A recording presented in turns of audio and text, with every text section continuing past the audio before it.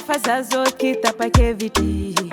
neveri no dala zauni artizali Dadiano isanandru alinganda timudanjam azafada minoza timpude kipapa Chikaraze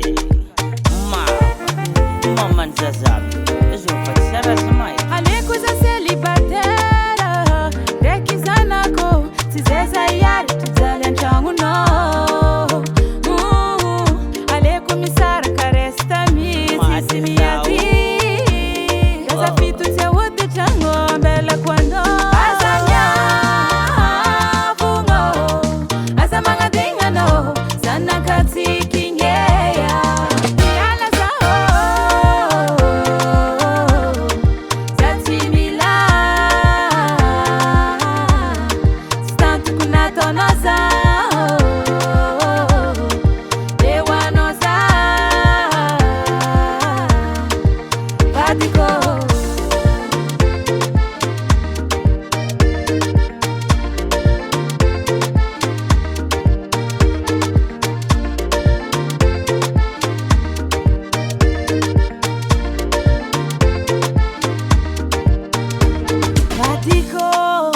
Nola fukuvide Wani kiteno Zamifuna rihe facha dite Rambola ngomara hinye Tuandangila no winye Manungu kuzoza izipiki Karama kufachi misitiki Fuleza kuweki makikiti Kutiana madamu waza vingiti Zani no nonina Jekumputa mtalo za papa Ano mama Kidi kidi na ndongo Jolabe Tinjula wambala fa Ifuna sawo Fachanga meke Katia Vungo Zachanga dinga no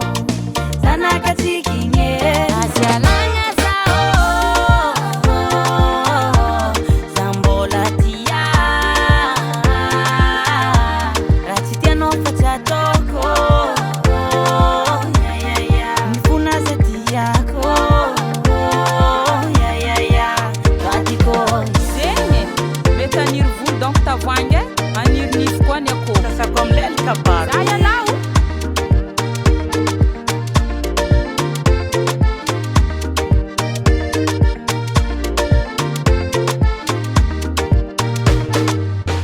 Ela ze Ela kwa ni areta Sueno titiakwa Difnofa tafa water Panyamlavka tufen Panyangarka biab jabam tiktoki Avenira na kababa Nsirbati kamnoe Kwa yamnyano yoba Beturi tran mas Yana sao Zati mila Stantu kunato no sao Dewa no sao Asialanga sao Zambola tia Ratitia no fachatoko Mifuna zeti yako